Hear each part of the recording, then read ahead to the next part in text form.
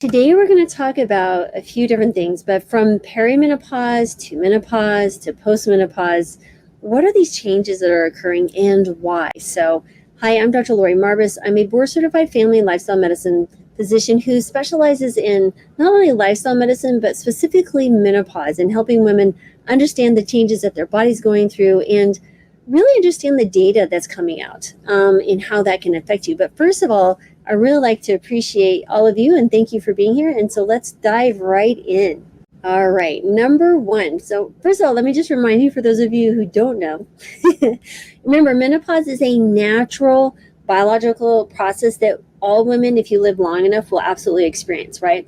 But it often brings with it a range of symptoms that can affect both physical and your emotional well-being.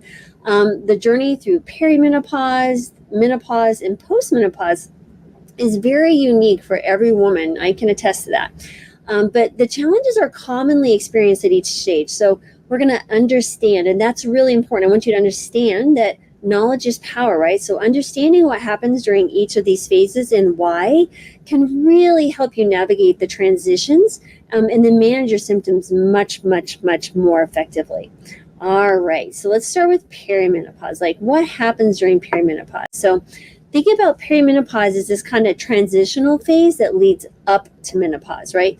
It typically starts in your 40s. And thinking back in my own life, yeah, absolutely was there. And I first started noticing it with periods being irregular, but also my sleep quality decreased, not to the point that I was concerned or worrisome. I thought, oh, I'm just a light sleeper. But that went on for many years. So just be kind of looking for these subtle changes, right?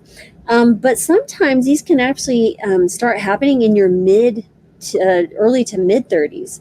So again, it can also last anywhere from a few months to several years. And during that time, the ovaries basically gradually produce less and less estrogen. And then that leads to the irregular menses and then the onset of the various physical and emotional symptoms that you may have. So what are some of the common symptoms of perimenopause? Well, number one is irregular periods.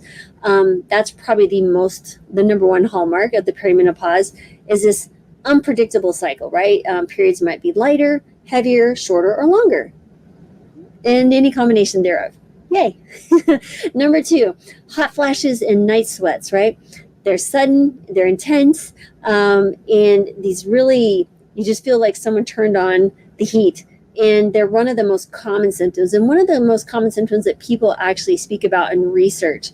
But there's so many more symptoms, at least 35 plus recognized symptoms of menopause that most women don't even know are considered actual menopause symptoms. Again, this can disrupt your daytime activities and your sleep. You also can get these mood swings, right? You get hormonal changes that often lead to increased irritability, anxiety, or even depression that leaves you confused and everyone around you confused, like what's going on. Excuse me. Next is the sleep problems, right? So insomnia and other sleep disturbances can frequently be seen during perimenopause. And then again, often linked to the night sweats.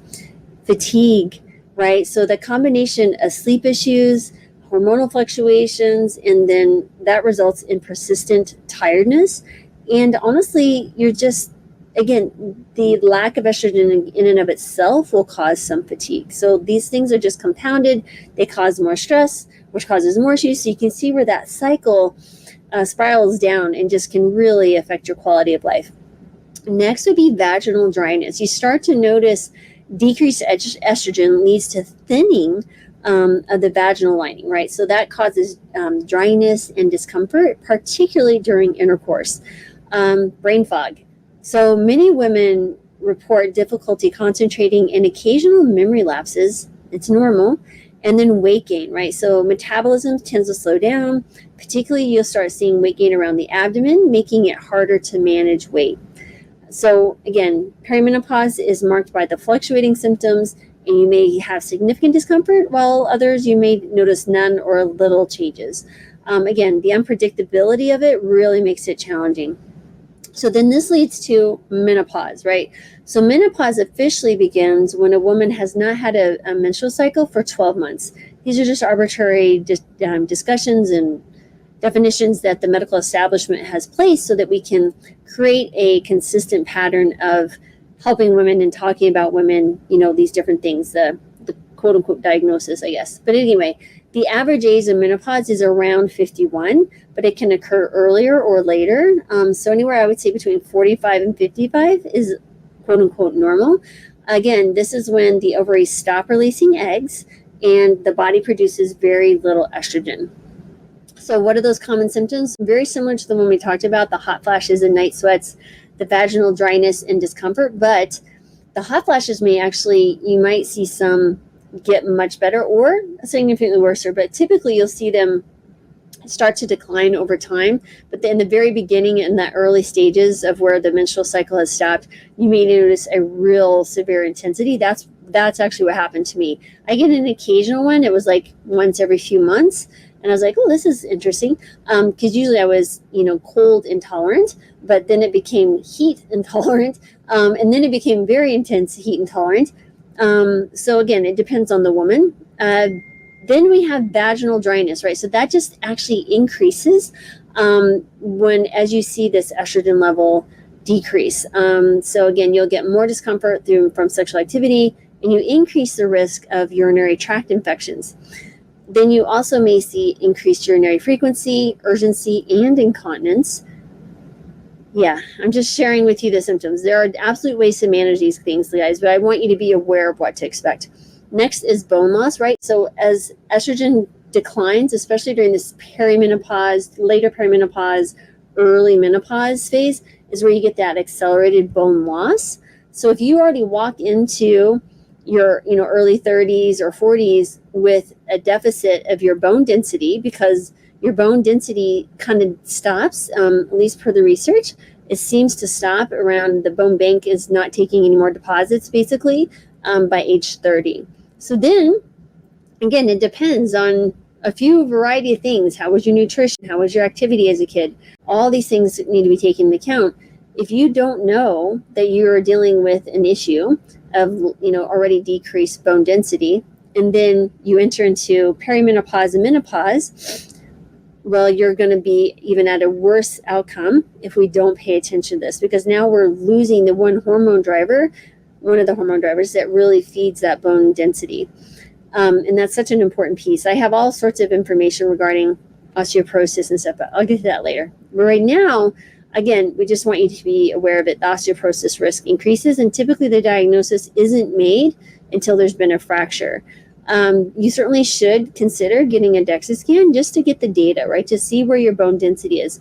I find that most women become much more proactive when they understand there's actually something going on inside their body that they weren't aware of, right? This is kind of a silent situation until it's not silent, and then you're in a real pickle.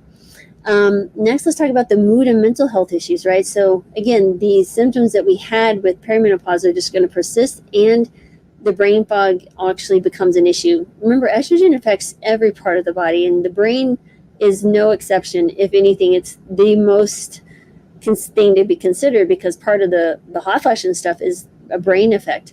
Again, weight gain, your metabolism slows, your increased risk for decreasing muscle mass, which is your metabolic furnace. All of that seems to accelerate. And then you have post-menopause, right? So this refers to the years following menopause, when estrogen and your progesterone levels remain low. Now, you may have some symptoms that persist, and mood swings also may persist, but most of them start to begin and subside. But there are other long-term health effects that you really should be aware of. Again, heart disease and osteoporosis being one of them. So vaginal dryness and atrophy actually worsens. And what I've seen is that most women in this postmenopausal phase, if they don't do things to actively address it, they may get recurring UTIs, right? So if you're finding that you're going frequently to the bathroom, or you're having recurrent UTIs, maybe speak to your doctor about a topical estradiol. And it's safe for 99% of the women.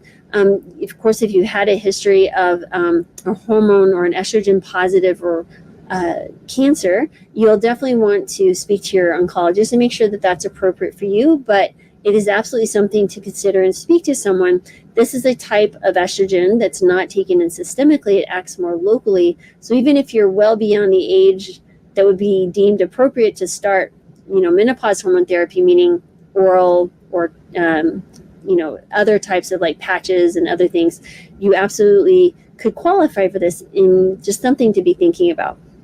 Again, the bone health, many things you have to understand. Remember, bone is a living organ, and it's a living tissue that will respond to different dynamic forces. So there are things to do, but again, it depends on the degree of the severity of the osteoporosis, your current state of health, lots of things to consider, but that, of course, we understand is you're at increased risk. But my one that I really want to highlight right now is cardiovascular risk, right? So when you are before menopause, we have a lower risk heart disease risk, but when we hit post-menopause, our risk becomes elevated or equivalent to men.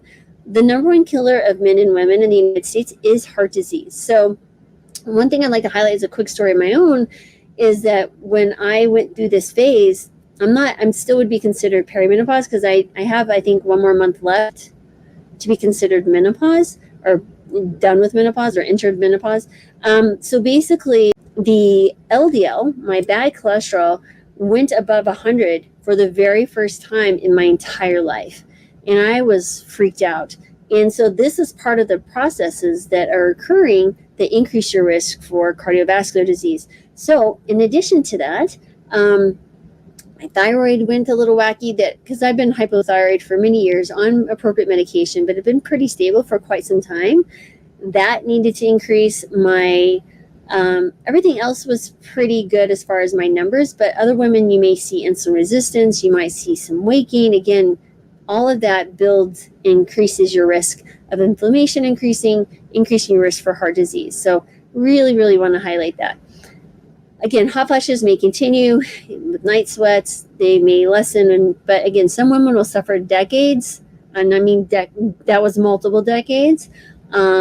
So just be aware. If you're still having that, definitely want to maybe speak to your doctor. There are also non-hormonal medications that may help with some of these things. For those of you who choose not to consider, or if it's at a point past where you can't do menopausal hormone therapy, you definitely want to speak to someone about that.